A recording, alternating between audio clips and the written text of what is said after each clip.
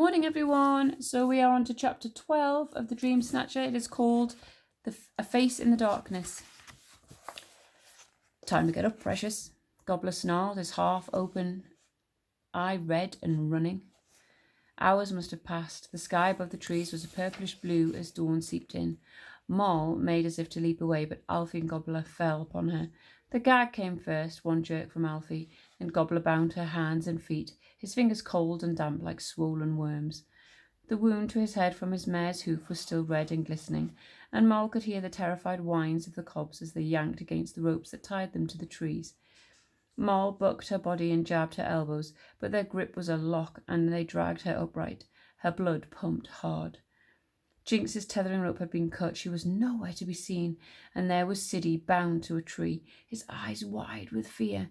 He threw his head left and right, fighting against the gag, spluttering choked-up cries. Moll's throat closed. She should have listened to him and gone back to the camp like he'd said. She tried to break free, to rush over and untie him, but Alfie was already hauling her towards Raven. Moll's mind whirled. How had all this happened? Why hadn't she heard a thing? The answer dropped like a shattering piece of glass. Skull's dream snatch. It had held her prisoner, blocked everything from her knowledge, all noise, all realization of anything happening.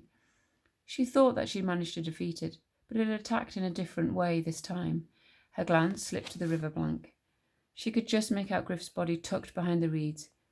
He was shaking and his eyes were closed. Perhaps he hadn't broken out of the dream snatch. She'd been the one back in Skull's camp who'd had to tear him from his trance. Moll wanted to scream out for him, to call him close, but what if Gobbler and Alfie seized him too?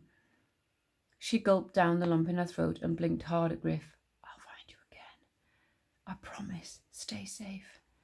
As Gobbler turned away to untie the cobs, Alfie threw Moll to the ground. Then he leapt over her, a tangle of blonde hair tumbling over his eyes, and ripped the boxing fist talisman from her neck. He grinned. I could sell that for a small fortune. Moll caught Siddy's eyes. They were filled with dread. Alfie rubbed a grubby thumb over the initials, then his eyes widened in surprise. MP. He said the letters slowly, savouring each syllable. He felt for something in his pocket and smiled. Out of the corner of her eye, Moll glimpsed a roll of leather, but Alfie tucked it quickly away. We're getting closer and closer to who you are, girl. But Moll wasn't thinking about that. Don't open the boxing fists. Don't see the catch. Not my pa's bone reading, my only clue to the amulets. Alfie glanced behind him to where Gobbler was trying to keep the cob steady.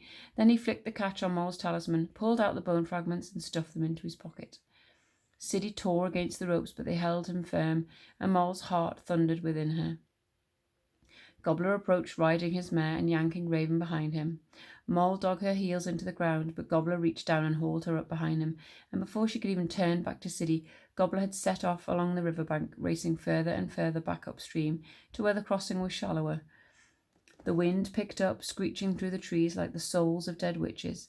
Its spirit was angry, Moll could tell. It buffeted against Gobbler and his mare, but they tore through its strength, surging on to where the river shallowed. Again, Moll found herself at the boundary as Gobbler's mare charged into the water, racing over the pebbles with Raven and scrambling up the backs of the deep wood. Moll snatched a glance behind, and there was Griff charging through the breaking dawn on the other side of the river, but he was too late. The cobs were galloping into the deep wood now, and a strange darkness was growing, blocking the river and the ancient wood from sight. Moll's head spun. It was as if the shadows had come alive, dark swirls of night that moved in ghostly swishes. Griff was gone. All that was left was the sound of the shadows, moaning like the wind trapped in a chimney. Moll tried to break free, but Gobbler whirled to face her. The vein in his neck pulsed, and his back bulged like some kind of overgrown wart. Moll could feel his sour breath on her cheek and see the scarlet veins glistening on his open eyeball. A smile festered in the corner of his mouth, and he raised a hand, a clenched fist. Moll saw it coming, saw the knuckle dusters glistening. Then the darkness clattered all around, down her. And that is the end of that chapter. So we'll leave it there and we'll pick it up tomorrow. Have a lovely day jumping in puddles. I'll see you later. Bye-bye.